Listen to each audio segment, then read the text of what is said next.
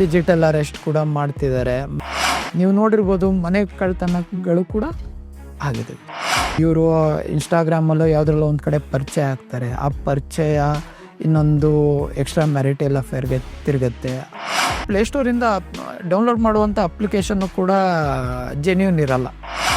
So ಓದಿರೋರು ಕೂಡ ಇದ್ದಾರೆ, ಓದದೇ ಇದ್ದವರು ಕೂಡ ಅಫೆನ್ಸ್ ಮಾಡ್ತಿದ್ದಾರೆ.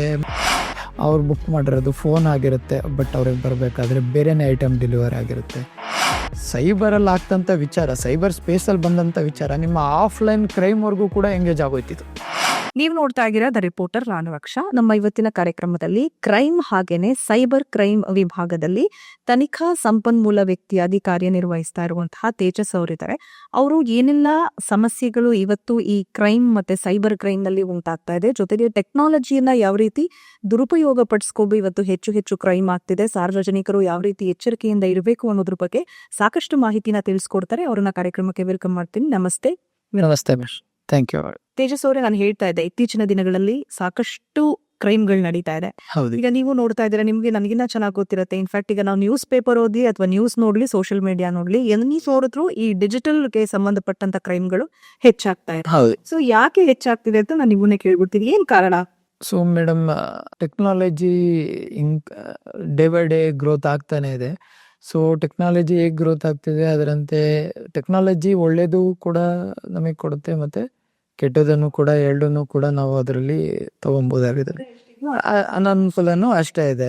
ಸೊ ಇತ್ತೀಚೆಗೆ ಏನಾಗ್ತಿದೆ, ನಮ್ಮಲ್ಲಿ ಟೆಕ್ನಾಲಜಿ ಯೂಸ್ ಮಾಡಿಕೊಂಡು ಅಥವಾ ಯೂಟ್ಯೂಬಲ್ಲಿ ನೋಡ್ಕೊಂಡು ಕಾಂಪಿಟೇಟಿವ್ ಎಕ್ಸಾಮಿಗೆ ಓದಿರೋವಂಥವ್ರು ಇದ್ದಾರೆ. ಅದೇ ಯೂಟ್ಯೂಬ್ನ ನೋಡ್ಕೊಂಡು ಸೈಬರ್ ಕ್ರೈಮಲ್ಲಿ ಕೂಡ ಅಫೆನ್ಸ್ ಮಾಡಿರೋರು ಕೂಡ ಇದ್ದಾರೆ. ಒಂದು. ಎರಡನೇದಾಗಿ, ನೀವು ಇತ್ತೀಚಿನ ದಿನ ಯಾವುದೇ ನ್ಯೂಸ್ ಪೇಪರ್ ನೋಡಿ ಅಥವಾ ಆನ್ಲೈನ್ ನ್ಯೂಸ್ಗಳನ್ನ ನೋಡಿ, ಎಲ್ಲ ಕಡೆನೂ ಕೂಡ ಸೈಬರ್ ಕ್ರೈಮ್ದೇ ಸುದ್ದಿ ಆಗ್ತಿರುತ್ತೆ. ನೀವು ಇತ್ತೀಚೆಗೆ ನೋಡ್ತಿರ್ಬೋದು. ಸೊ ಒಂದು ನ್ಯೂಸ್ ಕೂಡ ರೀಸೆಂಟಾಗಿ ಬಂತು. ಫಿಲಿಮ್ ಥಿಯೇಟ್ರ್ಗಳದ್ದು, ಹಾಸ್ಪಿಟಲ್ಸ್ದು ಅಥವಾ ಕೆಲವೊಂದು ಪಬ್ಲಿಕ್ ಸೆಕ್ಟರ್ ರಿಲೇಟೆಡ್ದು ವಿಡಿಯೋಸು ಅಥವಾ ಫೋಟೋಸು ಸಾಮಾಜಿಕ ಜಾಲತಾಣಗಳಲ್ಲಿ ಸಿಗ್ತಿದೆ ಅಂತಲೂ ಕೂಡ ನೀವು ನೋಡ್ತಾ ಇದ್ದೀರಿ. ಮತ್ತು ಇತ್ತೀಚಿನ ದಿನಗಳಲ್ಲಿ AI ಯೂಸ್ ಮಾಡಿಕೊಂಡು, AI ತಂತ್ರಜ್ಞಾನ ಅಥವಾ ಟೆಕ್ನಾಲಜಿನ ಯೂಸ್ ಮಾಡಿಕೊಂಡು ಡೀಪ್ ಫೇಕ್ ವಿಡಿಯೋಸ್ನ ಅಥವಾ ನೀವು AI ಯೂಸ್ ಮಾಡಿಕೊಂಡು ವಾಯ್ಸ್ ಕ್ಲೋನ್ನ ಮಾಡ್ಕೊಂಡು ಕೂಡ ಸೊ ಸೈಬರ್ ಕ್ರೈಮ್ನ ಇದು ಮಾಡ್ತಿದ್ದಾರೆ. ಡಿಜಿಟಲ್ ಅರೆಸ್ಟ್ ಕೂಡ ಮಾಡ್ತಿದ್ದಾರೆ. ಮತ್ತು ಹಿಂದೆ ಏನಿತ್ತು ಅಂದರೆ, ನಮ್ಮಲ್ಲಿ ಯಾರು ಓದಿಲ್ಲ ಅಂಥವನು ಈ ಥರ ಫೀಲ್ಡಿಗೆ ಬರ್ತಿದ್ದಾನೆ ಅಂತ ಅಂತಿದ್ರು. ಸೊ ಈಗ ಅದು ಆ ಥರ ಅಲ್ವೇ ಇಲ್ಲ. ಸೊ ಓದಿರೋರು ಕೂಡ ಇದ್ದಾರೆ, ಓದದೇ ಇದ್ದವರು ಕೂಡ ಅಫೆನ್ಸ್ ಮಾಡ್ತಿದ್ದಾರೆ. ಮತ್ತು ಓದಿರೋರು ಕೂಡ ಇದಕ್ಕೆ ವಿಕ್ಟಿಮ್ ಆಗಿದ್ದಾರೆ, ಓದದೇ ಇದ್ದವರು ಕೂಡ ವಿಕ್ಟಿಮ್ ಆಗಿದ್ದಾರೆ. ಸೊ ಯಾವುದಾದ್ರೂ ಒಂದು ಜನ, ಒಂದು ಪಬ್ಲಿಕ್ ಯಾವುದಾದ್ರೂ ಒಂದು ಕ್ಯಾಟಗರಿನಲ್ಲಿರೋ ಅಂಥದ್ದು ಯಾವುದೂ ಇಲ್ಲ. ಸೊ ಎಲ್ಲರೂ ಕೂಡ ಇದರಲ್ಲಿ ವಿಕ್ಟಿಮ್ ಇದ್ದಾರೆ. ನಾವು ರಿಮೋಟ್ ಆಕ್ಸಿಸ್ ಟೂಲ್ ಅಂತ ಏನು ಕರಿತೀವಿ, ರ್ಯಾಟ್, ಇದು ಹಿಂದೆ ಟೀಮ್ ವ್ಯೂವರ್, ಎನಿಡೆಸ್ಕ್ ಅಥವಾ ಬೇರೆ ಬೇರೆ ಅಲ್ಟ್ರಾ ವ್ಯೂವರ್ ಈ ಥರ ಹೋಗ್ತಿತ್ತು. ಆ ಟೂಲ್ಗಳನ್ನೇ ನಾವು ರ್ಯಾಟ್ ಅಂತ ಕರಿತಿದ್ವಿ. ಸೊ ಅದನ್ನು ಏನು ಮಾಡಿದ್ರು, ಅನಧಿಕೃತ APK ಕಳಿಸೋದೇ ಆಗಲಿ, ಸೊ ಆ APKಗಳು ಇದೇ ರಿಮೋಟ್ ಆಕ್ಸಿಸ್ ಟೂಲ್ ಥರ ವರ್ಕ್ ಆಗ್ತಿತ್ತು. ಮತ್ತು ಕೆಲವೊಂದಷ್ಟು ಏನಾಗ್ತಿದೆ, ಕಾಲ್ ಫಾರ್ವರ್ಡಿಂಗು, SMS ಫಾರ್ವರ್ಡಿಂಗು ಈ ಥರ ಹೋಗ್ತಾ ಇರೋವಂಥದ್ದು ಕಂಡು ಬರ್ತಿದೆ. ಮತ್ತು ಇತ್ತೀಚಿನ ದಿನಗಳಲ್ಲಿ ವರ್ಷ ಕಂಪೇರ್ ಮಾಡಿದ್ರೆ ಸ್ವಲ್ಪ ಈಗ ಡೌನ್ ಆಗಿರೋದು ಕೂಡ ಕಂಡು ಬಂದಿದೆ. ಬಟ್ ಏನಾಗ್ತಿದೆ ಅಂದರೆ, ಜನ ಯಾಕಂದ್ರೆ ಸಿಕ್ಕಾಪುರೋದು ಅಷ್ಟೇ ಈಸಿನಾ, ಕ್ರೈಮ್ ಮಾಡೋದು ಇಷ್ಟು ಈಸಿ? ಸೊ ಜನಕ್ಕೆ ಎರಡು ವಿಚಾರ ಹೋಗಿದೆ. ಒಂದು, ಸ್ವಲ್ಪ ಅವೇರ್ನೆಸ್ ರೀಚ್ ಔಟ್ ಆಗ್ತಿದೆ ಎಂಡ್ ಪಾಯಿಂಟ್ವರೆಗೂ. ಸ್ವಲ್ಪ ಇಂದು ಕಂಪೇರ್ ಮಾಡ್ಕೊಂಡ್ರೆ ಹಿಂದೆ ಏನು ರೀಚ್ ಆಗ್ತಿರ್ಲಿಲ್ಲ, ಅದು ಗ್ರ್ಯಾಜುವಲಿ ಸ್ವಲ್ಪ ರೀಚ್ ಆಗೋದಕ್ಕೆ ಜಾಸ್ತಿ ಆಗಿದೆ. ಒಂದು. ಎರಡನೇದು ಏನಾಗ್ತಿದೆ, ಯಾವಾಗ ದಿನೇ ಆರೋಪಿಗಳು ಸಿಗಾಕೊಳ್ಳೋಂಥ ಜಾಸ್ತಿ ಆಗ್ತಿದೆ, ಸೊ ಮಾಡೋರ ಸಂಖ್ಯೆನೂ ಕೂಡ ಕಡಿಮೆ ಆಗ್ತಿದೆ. ಇದೊಂದು ಒಳ್ಳೆಯ ಒಂದು ಬೆಳವಣಿಗೆ. ಮತ್ತು ಇನ್ನೊಂದು ಏನಾಗ್ತಿದೆ ಅಂದರೆ, ಜನರಲ್ಲೂ ಕೂಡ ಜಾಗೃತಿ ಮೂಡ್ತಾ ಇದೆ. ಹೌದು, ನಮಗೆ ಯಾರು ಕೂಡ ಫ್ರೀಯಾಗಿ ದುಡ್ಡನ್ನು ಡಬಲ್ ಮಾಡಿ ಯಾರು ಕೊಡಲ್ಲ. ಮತ್ತು ಕೆಲವೊಂದು ಆನ್ಲೈನ್ ಅಡ್ವರ್ಟೈಸ್ ನೋಡಿರ್ತಾರೆ ಈ ಸೋಷಿಯಲ್ ಮೀಡಿಯಾ ಪ್ಲ್ಯಾಟ್ಫಾರ್ಮ್ಸ್ಗಳಲ್ಲಿ, ಫೇಸ್ಬುಕ್ ಅಥವಾ ಇನ್ಸ್ಟಾಗ್ರಾಮಲ್ಲಿ ಏನಾಗಿರುತ್ತೆ ಅಲ್ಲಿ ನೋಡಿರ್ತಾರೆ. ಸೊ ಬುಕ್ ಮಾಡಿದ್ಮೇಲೆ ಅದೇನೋ ಬರುತ್ತೆ. ಮತ್ತು ಕೆಲವೊಂದು ಟೈಮ್ ಏನು ಮಾಡಿರ್ತಾರೆ ಅಂದರೆ, ನೀವು ರೀಸೆಂಟಾಗಿ ಒಂದು ಪ್ರಕರಣ ನೋಡಿರ್ಬೋದು. ಈ ಅಮೆಝಾನಲ್ಲಿ ಅಥವಾ ಫ್ಲಿಪ್ಕಾರ್ಟ್ಗಳಲ್ಲಿ ಕೊರಿಯರ್ ಬಂದಾಗ ಅವ್ರು ಬುಕ್ ಮಾಡಿರೋದು ಫೋನ್ ಆಗಿರುತ್ತೆ, ಬಟ್ ಅವ್ರಿಗೆ ಬರಬೇಕಾದ್ರೆ ಬೇರೆನೇ ಐಟಮ್ ಡೆಲಿವರಿ ಆಗಿರುತ್ತೆ. ಸೊ ನಾವು ಕೆಲವೊಂದು ಟೈಮ್ ಹೇಳ್ತಾ ಇರ್ತೀವಿ, ನೀವು ರಿವ್ಯೂನ ನೋಡಿ. ಕೆಲವೊಂದು ಟೈಮ್ ಅವು ಕೂಡ ಫೇಕ್ ಇರ್ತವೆ. ಆದಷ್ಟು ಏನಂದರೆ ರಿವ್ಯೂಸ್ನ ನೋಡಿ. ನೀವು ಒಂದು ಐಟಮ್ನ ಪರ್ಚೇಸ್ ಮಾಡ್ಬೇಕಾದ್ರೆ ಕೆಳಗಡೆ ಸ್ಕ್ರೈಬ್ ಮಾಡಿದ್ರೆ ರಿವ್ಯೂಸ್ನ ನೋಡಿ. ಆ ರಿವ್ಯೂಸ್ ಬೇಸಿಸ್ ಮೇಲೆ ತಗೊಳ್ಳೋದಕ್ಕೆ ಹೋಗಿ. ಸುಮ್ಮನೆ ಯಾವುದೋ ಒಂದು ಸೆಲ್ಲರ್ ನೋಡ್ತೀರಾ, ಪ್ರಾಡಕ್ಟ್ ಪ್ರೈಸ್ ನೋಡ್ತೀರಾ, ಮತ್ತೆ ಕೆಳಗಡೆಗೆ ನೀವು ಇಳಿಯೋದೇ ಇಲ್ಲ. ಆಲ್ಮೋಸ್ಟ್ ನೋಡಿ, ಯಾರೇ ಆದರೂ ಸೆಲ್ಲರ್ಸ್ ರಿವ್ಯೂ ನೋಡೋಕೆ ತಗೊಂಡಾದ್ಮೇಲೆ ಸೆಲ್ಲರ್ಸ್ ರಿವ್ಯೂ ಇದು ಆಲ್ರೆಡಿ ಇದಾಗಿದೆ. ಮತ್ತು ಕೆಲವೊಂದು ನೀವು ಪ್ಲೇಸ್ಟೋರಿಂದ ಎಲ್ಲ ಅಪ್ಲಿಕೇಶನ್ ಅಂತ ಹೇಳ್ತಿಲ್ಲ, ಕೆಲವೊಂದು ಪ್ಲೇಸ್ಟೋರಿಂದ ಡೌನ್ಲೋಡ್ ಮಾಡುವಂಥ ಅಪ್ಲಿಕೇಶನ್ನು ಕೂಡ ಜೆನ್ಯೂನ್ ಇರಲ್ಲ. ಈಗ ಪ್ಲೇಸ್ಟೋರಲ್ಲಿ ಡೌನ್ಲೋಡ್ ಅಂದಿದ ತಕ್ಷಣ ಜೆನ್ಯೂನ್ ಇರಲ್ಲ. ಕೆಲವೊಂದು ಟೈಮ್ ಇರುತ್ತೆ, ಕೆಲವೊಂದು ಟೈಮ್ ಇರಲ್ಲ. ಸೊ ಇವು ಕೂಡ ನಾವು ನೋಡ್ತಾ ಇರ್ತೀವಿ. ಮತ್ತು ಇತ್ತೀಚೆಗೆ ಏನಾಗಿದೆ, ಸೋಷಿಯಲ್ ಮೀಡಿಯಾದಲ್ಲಿ ವಾಟ್ಸಪ್ ಇರ್ಬೋದು, ಫೇಸ್ಬುಕ್ ಇರ್ಬೋದು, ಇನ್ಸ್ಟಾಗ್ರಾಮ್ ಇರ್ಬೋದು, ಸೊ ಸ್ನ್ಯಾಪ್ಚಾಟ್ ಇರ್ಬೋದು, ಇದಕ್ಕೆ ಅಡಿಕ್ಷನ್ ಆಗ್ತಾ ಹೋಗ್ತಾರೆ. ಮತ್ತು ಇನ್ನೊಂದು ಇದೊಂದು ಯಾವ ಥರ ಸಂಗತಿ ಅಂತ ಹೇಳಬೇಕು ಅನ್ನೋದು ನಮಗೆ ಗೊತ್ತಿಲ್ಲ. ಮೊದಲೆಲ್ಲ ಏನು ಮಾಡ್ತಿದ್ವಿ, ನಮ್ಮ ಖಾಸಗಿತನ ನಮ್ಮ 4 ಗೋಡೆ ಮಧ್ಯೆ ಇರ್ತು. ಈಗ ಖಾಸಗಿತನ ಯಾವ ಥರ ಆಗೋಗಿದೆ ಅಂದರೆ, ನಮ್ಮ ಒಂದು ಪ್ರೈವೇಟ್ ಲೈಫ್ನ ಸೋಷಿಯಲ್ ಮೀಡಿಯಾದಲ್ಲಿ ಹಾಕಿ ಅದು ಸೋಷಿಯಲ್ ಮೀಡಿಯಾದಲ್ಲೇ ಪಬ್ಲಿಕ್ ಆಗೋಗಿರುತ್ತೆ. ಈಗ ಉದಾಹರಣೆಗೆ ಹೇಳಬೇಕು ಅಂದರೆ, ನೀವು ವಾಟ್ಸಪ್ಪಲ್ಲಿ ಸ್ಟೇಟಸ್ ಹಾಕಿದರೆ ಅದು 24 hours ಒಳಗಡೆ ಹೊರಟೋಗ್ತದೆ. ಸೋಷಿಯಲ್ ಮೀಡಿಯಾದಲ್ಲಿ ನೀವು ನೋಡುವಂಥ ವಿಚಾರ ಒಂದು ಕಡೆ ಆದರೆ, ಕೆಲವೊಂದು ಕರಾಳತೆಯೂ ಕೂಡ ಅದರಲ್ಲಿರ್ತದೆ. ನೀವು ದಿನನಿತ್ಯದ ಆ್ಯಕ್ಟಿವಿಟಿ ಮೇಲೆ ನೀವು ಒಂದಷ್ಟು ಕೇಸಸ್ ನೋಡಿರ್ಬೋದು. ಕೆಲವೊಬ್ರು ಮನೆ ಬಿಟ್ಟು ಎಲ್ಲರೂ ಹೊರಗಡೆ ಟ್ರಿಪ್ ಹೋಗಿರ್ತಾರೆ. ನಾವಿವತ್ತು ಗೋವಾಕ್ಕೆ ಹೋಗಿದ್ದೀವಿ, ಹಿಮಾಚಲ್ ಪ್ರದೇಶಕ್ಕೆ ಹೋಗಿದ್ದೀವಿ, ಅಥವಾ ಫಾರಿನ್ ಟ್ರಿಪ್ ಹೋಗಿದ್ದೀವಿ ಅಂತ ನೀವು ಅಪ್ಡೇಟ್ ಮಾಡ್ದಂಗೆ ಅವ್ರು ಯಾರೋ ಹೊರಗಡೆಯವ್ರು ನಿಮ್ಮ ಅಪ್ಡೇಟ್ಸ್ ತಾಳೋದಕ್ಕೂ ಅಥವಾ ನಿಮ್ಮದೇ ಫ್ರೆಂಡ್ಸ್ ಲಿಸ್ಟಲ್ಲಿ ಅಪ್ಡೇಟ್ ತಗೊಂಡಾಗ ಏನಾಗುತ್ತೆ, ನೀವು ನೋಡಿರ್ಬೋದು ಮನೆ ಕಳ್ತನಗಳು ಕೂಡ ಆಗಿದೆ. ಸೊ ಸೈಬರಲ್ಲಿ ಆಗ್ತಂಥ ವಿಚಾರ, ಸೈಬರ್ ಸ್ಪೇಸಲ್ಲಿ ಬಂದಂಥ ವಿಚಾರ ನಿಮ್ಮ ಆಫ್ಲೈನ್ ಕ್ರೈಮ್ವರೆಗೂ ಕೂಡ ಎಂಗೇಜ್ ಆಗೋಯ್ತಿತ್ತು, ಮನೆ ಕಳ್ತನದವರೆಗೂ ಬಂದೋಯ್ತು. ಹೌದಾ? ಮತ್ತು ಕೆಲವೊಬ್ರು ಏನಾಗ್ತಿದೆ ಅಂದರೆ, ಇತ್ತೀಚಿನ ದಿನಗಳಲ್ಲಿ ಈ ನಮ್ಮ ಈ ವಿಚಾರ ಎಲ್ಲಿಗೆ ಹೋಗಿದೆ ಅಂತಂದರೆ, ಹಿಂದೆಲ್ಲ ಏನಾಗ್ತಿತ್ತು, ನಾವೇನಾದರೂ ಒಂದು ಸಮಸ್ಯೆನ ಹೇಳ್ಕೊಬೇಕಾದ್ರೆ ಸೋಷಿಯಲ್ ಮೀಡಿಯಾದಲ್ಲೂ ಇದೆ. ಹಿಂದೆ ಅಪ್ಪ ಅಮ್ಮ ಅಥವಾ ಫ್ರೆಂಡ್ಸ್ಗಳ ಹತ್ರ ಕೂತ್ಕೊಂಡು ಮಾತಾಡ್ತಿದ್ವಿ, ಡಿಸ್ಕಷನ್ ಮಾಡ್ತಿದ್ವಿ, ಏನಾರು ಒಂದು ಸಮಸ್ಯೆ ಇದ್ದರೆ ಹೇಳ್ಕೊಂತಿದ್ವಿ. ಇವತ್ತು ನಮ್ಮ ಸಮಸ್ಯೆನ ನಾವೆಲ್ಲಿ ತೋರ್ಪಡಿಸ್ತಿದ್ದೀವಿ ಅಂದರೆ ಸೋಷಿಯಲ್ ಮೀಡಿಯಾದಲ್ಲಿ. ಅದರಿಂದ ಏನಾಗ್ತಿದೆ, ಅವ್ರಿಗೆ ಗೊತ್ತಾಗ್ತಿದೆ ಈ ಸಮಸ್ಯೆ ಅಂತ. ಒಂದು ಉದಾಹರಣೆಗೆ ಬೆಸ್ಟ್ ಎಕ್ಸಾಂಪಲ್ ಹೇಳಬೇಕು ಅಂದರೆ, ಕೋವಿಡ್ ಟೈಮಲ್ಲಿ ಮ್ಯಾಕ್ಸಿಮಮ್ ಜನ ಮನೆಯಲ್ಲೇ ಮದ್ದು ಮಾಡೋದನ್ನು ಸರ್ಚ್ ಮಾಡಿದರು. ಇದನ್ನು ನೀವು ಅಬ್ಸರ್ವ್ ಮಾಡಿರ್ಬೋದು, ಮನೆಯಲ್ಲೇ. ಸೊ ಅದರ ಕುಡಿದು ಅಥವಾ ಏನಾದರೂ ಯಾವುದೋ ಮನೆಯಲ್ಲೇ ಗಿಡ ಮೂಲಿಕೆ ಔಷಧಿನ ಕೆಲವೊಂದು ಕುಡಿದು ಅದನ್ನು ಹಾಸ್ಪಿಟಲೈಸ್ ಆಗಿರೋದು ಕೂಡ ಇದೆ. ಮತ್ತು ಇನ್ನೊಂದು ಏನಾಗ್ತಿದೆ ಅಂದರೆ, ಇದರಲ್ಲಿ ನಮ್ಮ ಒಂದು ಪರ್ಸ್ನಲ್ ಲೈಫ್ ಎಲ್ಲಿ ಹಾಳು ಮಾಡ್ಕೊಳ್ತಿದ್ದೀವಿ ಅಂತಂದರೆ, ದಿನನಿತ್ಯ ನಮ್ಮ ವರ್ಕ್ ಲೈಫಲ್ಲಿ ಫೇಸ್ ಟು ಫೇಸ್ ಟೈಮ್ ಕೊಡೋಕ್ಕಾಗ್ತಿಲ್ಲ. ಕೂತ್ಕೊಂಡು ಊಟ ಮಾಡೋದೇ ಆಗಲಿ, ಇದೇ ಆಗಲಿ, ಎಂಜಾಯ್ಮೆಂಟ್ ತುಂಬ ಕಡಿಮೆ ಇದೆ. ಮಾಡೋಕ್ಕಾಗ್ತಿಲ್ಲ ಅಂತಲ್ಲ, ಕಡಿಮೆ. ಏನಾಗ್ತಿದೆ, ನಾವು ಈಗ ಸಪೋಸ್ ಇದು ಟ್ರೂ ಫ್ಯಾಕ್ಟ್ ನೋಡೋದಾದರೆ, ಯಾರೋ ಒಂದು ಮದುವೆ ಆಗ್ತಾರೆ ಅಂತ ಅನ್ಕೊಳ್ಳಿ, ಗಂಡಂಗೆ ಹೆಂಡತಿ ಟೈಮ್ ಕೊಡೋಕ್ಕಾಗ್ತಿರಲ್ಲ, ಹೆಂಡತಿಗೆ ಗಂಡಂಗೆ ಟೈಮ್ ಕೊಡೋಕ್ಕಾಗ್ತಿರಲ್ಲ. ಸೊ ಈ ಟೈಮ್ ಗ್ಯಾಪ್ ಏನು ಲ್ಯಾಬ್ಸ್ ಆಗ್ತದೆ, ಈ ಲ್ಯಾಬ್ಸ್ ಎಲ್ಲಿ ತಿರುಗ್ತಿದೆ ಅಂದರೆ ಸೋಷಿಯಲ್ ಮೀಡಿಯಾ ಕಡೆಗೆ. ಅಲ್ಲಿ ಯಾರೋ ಒಬ್ಬರು ನಿಮಗೆ ಟೈಮ್ ಕೊಡ್ತಾರೆ, ಪರಿಚಯ ಆಗ್ತಾರೆ. ಸೊ ಅದೇನಾಗುತ್ತೆ, ಒಂದು ಸಂಸಾರದ ಬಿರುಕು ಮೂಡೋದ್ರಲ್ಲಿ ಅದು ಕೂಡ ಒಂದು ಸೋಷಿಯಲ್ ಮೀಡಿಯಾ ಎಫೆಕ್ಟ್ ಏನಾಗ್ತಿದೆ, ಅವರು ಸಪೋಸ್ ಗಂಡನೋ ಹೆಂಡ್ತಿನೋ ಇನ್ನೊಬ್ಬರ ಜೊತೆ ಹೋದಾಗ, ಸೊ ಇವರು ಇನ್ಸ್ಟಾಗ್ರಾಮಲ್ಲೋ ಯಾವುದ್ರಲ್ಲೋ ಒಂದು ಕಡೆ ಪರಿಚಯ ಆಗ್ತಾರೆ. ಆ ಪರಿಚಯ ಇನ್ನೊಂದು ಎಕ್ಸ್ಟ್ರಾ ಮ್ಯಾರಿಟಲ್ ಅಫೇರ್ಗೆ ತಿರುಗುತ್ತೆ. ಅದರಿಂದ ಕೊಲೆಗಳು ಕೂಡ ಆಗಿರುವಂಥ ಪ್ರಕರಣಗಳು ರಿಪೋರ್ಟ್ ಆಗಿದ್ದಾವೆ. ಇದು ಆಲ್ರೆಡಿ ಪಬ್ಲಿಕ್ ಡೊಮೈನ್ ಇನ್ಫಾರ್ಮೇಷನ್ ಅಲ್ಲೂ ಕೂಡ ನೀವು ನೋಡ್ತಾ ಇದ್ದೀರಾ. ಈಗ ನಂದು ಒಂದು ಪ್ರಶ್ನೆ ಏನಂತಂದ್ರೆ, ಸಾಕಷ್ಟು ಆ್ಯಪ್ಸ್ಗಳಿದೆ ಇವತ್ತು. ನೀವು ಹೇಳಿದಾಗೆ ಈಗ ಸೋಷಿಯಲ್ ಮೀಡಿಯಾದಲ್ಲಿ ಇನ್ಸ್ಟಾಗ್ರಾಮ್ ಇರ್ಬೋದು, ಟೆಲಿಗ್ರಾಮ್, ಫೇಸ್ಬುಕ್, ವಾಟ್ಸ್ಆ್ಯಪ್, ಸ್ನ್ಯಾಪ್ಚಾಟ್, ಹೀಗೆ ಸಾಕಷ್ಟು ಆ್ಯಪ್ಸ್ಗಳಿದೆ. ಸೊ ಈ ಆ್ಯಪ್ಸ್ಗಳನ್ನ ಬಹುತೇಕ ತುಂಬಾ ಜನ ಬಳಸ್ತಾ ಇದ್ದಾರೆ.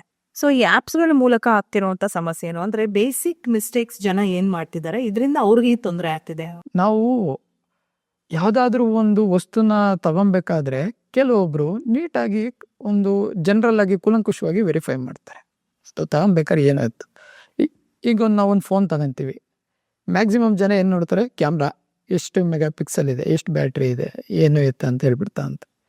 ಅದೇ ನಾವೇನು ಮಾಡ್ತೀವಿ, ಫೋನ್ ತಗೊಂಡಾದ್ಮೇಲೆ ಒಂದು ಆ್ಯಪ್ನ ಇನ್ಸ್ಟಾಲ್ ಮಾಡಬೇಕಾದ್ರೆ, ನೀವೊಂದು ಪ್ಲೇಸ್ಟೋರ್ ಅಥವಾ ಐಫೋನ್ ಇದ್ದರೆ ಅದರದ್ದೇ ಪರ್ಟಿಕ್ಯುಲರ್ ಇದಕ್ಕೆ ಹೋಗಿ ನೀವು ಇನ್ಸ್ಟಾಲ್ ಮಾಡಬೇಕಾದ್ರೆ ನೀವು ಅಲ್ಲಿ ಒಂದು ಆ್ಯಪಿಗೆ ಹೋದಾಗ ಕೆಳಗಡೆ ಡೆವಲಪರ್ ಆಪ್ಷನ್ಸ್ ಅಥವಾ ಅಬೌಟ್ ದಿಸ್ ಆ್ಯಪ್ ಅಂತ ಕೊಟ್ಟಿರ್ತಾರೆ. ನೀವು ಯಾವುದೇ ಆ್ಯಪ್ನ ಇನ್ಸ್ಟಾಲ್ ಮಾಡೋಕ್ಕೆ ಹೋದಾಗ ಸ್ವಲ್ಪ ಕೆಳಗಡೆಗೆ ಅದರದೇ ಸ್ಕ್ರೈಬ್ ಮಾಡಿದ್ರೆ ಅಬೌಟ್ ದಿಸ್ ಆ್ಯಪ್ಸ್ ಅಥವಾ ಆ್ಯಪ್ ಪರ್ಮಿಷನ್ಸ್ ಅಂತ ಕೊಟ್ಟಿರ್ತಾರೆ. ಆ್ಯಪ್ ಏನೆಲ್ಲ ಪರ್ಮಿಷನ್ಸ್ನ ನಿಮ್ಮಿಂದ ಕೇಳುತ್ತೆ ಅಂತ ಹೇಳ್ಬಿಟ್ಟು. ಸೊ ಉದಾಹರಣೆಗೆ ಕ್ಯಾಮ್ರಾ ಇರ್ಬೋದು, ಕಾಂಟ್ಯಾಕ್ಟ್ಸ್ ಇರ್ಬೋದು, ಕಾಲ್ ರೆಕಾರ್ಡ್ಸ್ ಇರ್ಬೋದು, ಸ್ಟೋರೇಜ್ ಇರ್ಬೋದು. ಸೊ ನಮಗೆ ನಾವು ಗೊತ್ತು ಮಾಡ್ಕೊಬೇಕು ಈ ಆ್ಯಪು ಯೂಸ್ ಮಾಡೋದಕ್ಕಿರುವಂಥದ್ದು ನನಗೇನಕ್ಕೆ ಯೂಸ್ ಆಗುತ್ತೆ, ಆದರೆ ಇದು ಏನಕ್ಕೆ ಅನ್ನೆಸೆಸರಿ ಪರ್ಮಿಷನ್ಸ್ ಕೇಳ್ತಿದೆ ಅಂತ ಹೇಳ್ಬಿಟ್ಟು ನೀವು ಅಲ್ಲೇ ನೋಡ್ರೆ ಗೊತ್ತಾಗುತ್ತೆ. ಕೆಳಗಡೆ ಬಂದರೆ ಆ್ಯಪ್ ಪರ್ಮಿಷನ್ಸ್ ಅಂತ ಇದೆ. ಇದೇನು ತುಂಬ ಏನು ಡೀಪಾಗಿ ಹುಡುಕುವಂಥದ್ದೇನಿಲ್ಲ. ಕೆಳಗಡೆ ಬಂದರೆ ಆ್ಯಪ್ ಪರ್ಮಿಷನ್ಸಲ್ಲಿ ನಿಮಗೆ ಸಿಗುತ್ತೆ. ಈ ಆ್ಯಪ್ ಪರ್ಮಿಷನ್ಸ್ನ ನೋಡಬೇಕು. ಅದಾದಮೇಲೆ ನೀವು ಇನ್ಸ್ಟಾಲ್ ಮಾಡ್ಕೊತೀರಾ ಅಂತ ಅಂದ್ಕೊಳ್ಳಿ.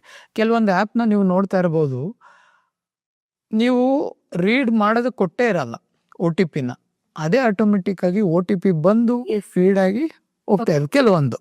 ಹೌದಾ? ಸೊ ನೀವು ಅದಕ್ಕೆ ಪರ್ಮಿಷನ್ ಕೊಟ್ಟೇ ಇಲ್ಲ, ಅದೇ ರೀಡ್ ಮಾಡ್ಕೊಂತ ಮುಂದಕ್ಕೆ ತಗೊಂಡೋಯ್ತು ಕೆಲವೊಂದು. ಸೊ ಈಗಿದ್ದಾಗ ನಿಮಗೆ ಕಂಟ್ರೋಲೇ ಸಿಗಲಿಲ್ಲ. ಕೆಲವೊಂದು ಮ್ಯಾಕ್ಸಿಮಮ್ ಮೆಸೇಜ್ ಬರುತ್ತೆ, ನೀವು ಎಂಟ್ರಿ ಮಾಡಬೇಕು. ಕೆಲವೊಂದು ಅದೇ ಎಂಟ್ರಿ ತಗೊಂಡು ಒಳಗಡೆ ಹೊರಟಾಯ್ತು. ನಾವೇನು ಮಾಡ್ತೀವಿ, ಆ್ಯಪ್ನ ಇನ್ಸ್ಟಾಲ್ ಮಾಡುವಂಥ ವಿಚಾರಕ್ಕೆ ಬಂದಾಗ ಅದು ಇನ್ಸ್ಟಾಲ್ ಆಗಬೇಕಷ್ಟೆ. ಹಲೋ ಎಸ್ ಪರ್ಮಿಷನ್ ಹೊರಟಾಯ್ತು. ಸೊ ಒಂದು ವಿಚಾರ ಹೇಳ್ತೀನಿ ನೋಡಿ, ಒನ್ಸ್ ಅವರು ಡೇಟಾ ರೀಡ್ ಮಾಡಿದ ತಕ್ಷಣ ನೀವು ಪರ್ಮಿಷನ್ನ ನೀವು ಏನೇ ಅದಾದಮೇಲೆ ಡಿಸೇಬಲ್ ಮಾಡಿದ್ರು ಅವ್ರ ಕಡೆ ಒಂದು ಸತಿ ನಿಮ್ಮ ಡೇಟಾ ಹೋಯ್ತು ಅಂತ ಅಂದಮೇಲೆ ನೀವು ಅದಾದಮೇಲೆ ಏನೇ ಎನೇಬಲ್ ಆಗಿರೋದನ್ನು ನೀವು ಡಿಸೇಬಲ್ ಮಾಡಿದ್ರು ಅವ್ರ ಹತ್ರ ಆಲ್ರೆಡಿ ನಿಮ್ಮ ಡೇಟಾ ಇದೆ, ಮುಗೀತಲ್ಲ. ಸೊ ಅದರಿಂದ ನಿಮ್ಮ ಕಾಂಟ್ಯಾಕ್ಟ್ಸಿಗೆ ಈಗ ಲೋನ್ ಆ್ಯಪಲ್ಲಿ ತಗೊಂಡ್ರೆ ನೀವು ತಗೊಂಡಿರೋ ದುಡ್ಡಿಗೆ ಬೇರೆ ಬೇರೆ ಜನಕ್ಕೆಲ್ಲ ಹಿಂಗೆ ಏನು ಫೋಟೋಸ್ನ ಮಾರ್ಫ್ ಮಾಡಿಬಿಟ್ಟು ಕಳಿಸೋದು, ಬ್ಲ್ಯಾಕ್ ಮೇಲ್ ಮಾಡೋದು, ಬೇರೆಯವ್ರಿಗೆ ಕಳಿಸ್ತೀವಿ. ಯಾಕೆಂದರೆ ಆಲ್ರೆಡಿ ನಿಮ್ಮ ಕಾಂಟ್ಯಾಕ್ಟ್, ನೀವು ಆ್ಯಪ್ನೇ ಅನ್ಇನ್ಸ್ಟಾಲ್ ಮಾಡಿದ್ರು ಕೂಡ ಆಲ್ರೆಡಿ ನಿಮ್ಮ ಕಾಂಟ್ಯಾಕ್ಟ್ ಲಿಸ್ಟ್ ಅವ್ರ ಕಡೆ ಇದೆ. ಮತ್ತು ಇತ್ತೀಚೆಗೆ ನೀವು ನೋಡ್ತಾ ಇರ್ಬೋದು ಗಿಬ್ಲಿ ಅಥವಾ ನ್ಯಾನೋ ಬನಾನಾ. ಸೊ ನಿಮ್ಮ ಪಿಕ್ಚರ್ನ ನೀವು ಅಪ್ಲೋಡ್ ಮಾಡ್ತೀರಾ, ಯಾವ ಥರ ಬೇಕಾದರೂ ಮಿಸ್ಯೂಸ್ ಆಗ್ಬೋದು. ಈಗ ನಿಮ್ಮ ಒಂದು ಫೋಟೋನ ನೀವು ಎಷ್ಟು, ಈಗ ನೀವು ಗಿಬ್ಲಿಗೆ ನಿಮ್ಮ ಫೋಟೋಸ್ನ ನೀವು ಕೊಟ್ರಿ, ಅದು ನಿಮಗೆ ಸುಂದರವಾದ ಕಾರ್ಟೂನ್ ಪಿಕ್ಚರ್ ಮಾಡಿಕೊಡ್ತು. ಸೊ ನಾಳೆ ಒಂದಿನ ಎಲ್ಲೋ ನಿಮ್ಮ ಫೋಟೋ ಹೊರಗಡೆ ಹೋಯ್ತು, ಹಾಗೇನು ಮಾಡ್ತೀರಾ?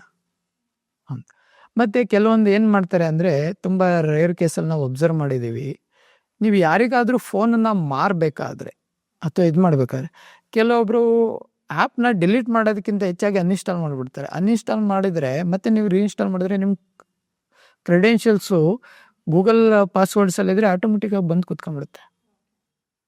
ಫೋನನ್ನು ಫ್ಲ್ಯಾಶ್ ಮಾಡಿಸೋದಕ್ಕೂ ಡಿಲೀಟ್ ಮಾಡಿಸೋದಕ್ಕೂ ಡೇಟಾ ಎರೇಸ್ ಮಾಡೋದಕ್ಕೂ, ಉದಾಹರಣೆಗೆ ನಿಮ್ಮ ಫೋನ್ ಹ್ಯಾಕ್ ಆಯಿತು, ಜನರಲಿ ಸಿಂಪಲ್ಲಾಗಿ ಹೇಳಿದ್ರೆ ಫೋನ್ ಹ್ಯಾಕ್ ಆಯಿತು, ಮ್ಯಾಕ್ಸಿಮಮ್ ನಾವೆಲ್ಲರೂ ಕೂಡ ಏನು ಮಾಡ್ತೀವಿ, ನಮ್ಮ ಪಾಸ್ವರ್ಡ್ಸ್ನ ಗೂಗಲ್ ಪಾಸ್ವರ್ಡ್ ಮ್ಯಾನೇಜರಲ್ಲಿ ಸೇವ್ ಮಾಡ್ತೀವಿ.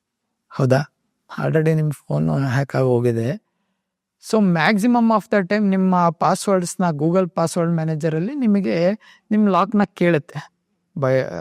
ತಂಬ್ ಇಂಪ್ರೆಷನ್ ಇರ್ಬೋದು ಅಥವಾ ಕ್ಯಾಮ್ರಾ ಇರ್ಬೋದು ಕೇಳುತ್ತೆ.